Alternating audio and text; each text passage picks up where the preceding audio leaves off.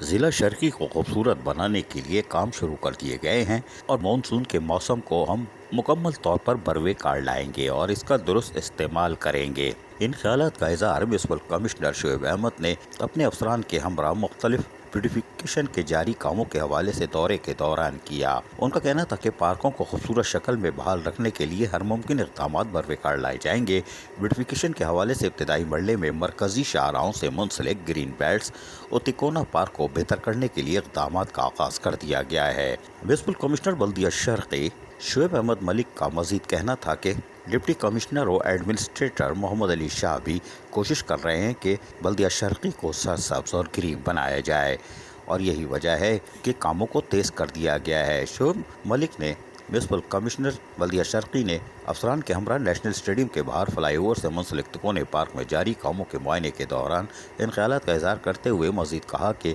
افسران کو چاہیے کہ دلکش پھولوں کے پودوں کے ساتھ ساتھ آراستہ کرنے کے ساتھ محکمہ M&D کو بہترین لائٹنگ کے انتظام کا بھی خیال رکھنا چاہیے۔ انہوں نے تکونے پارک میں موجود فاؤنٹین کی درستگی کے حوالے سے بھی احکامات جاری کر دیے۔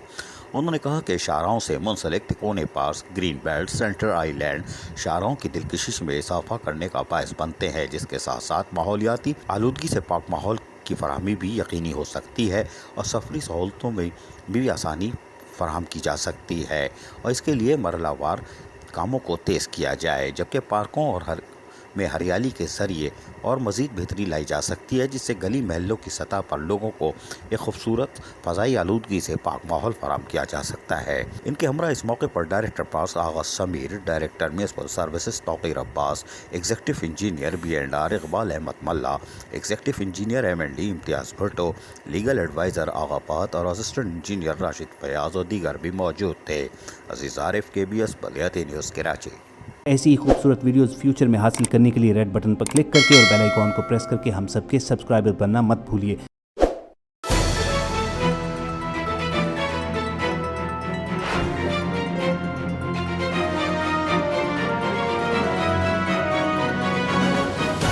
KBS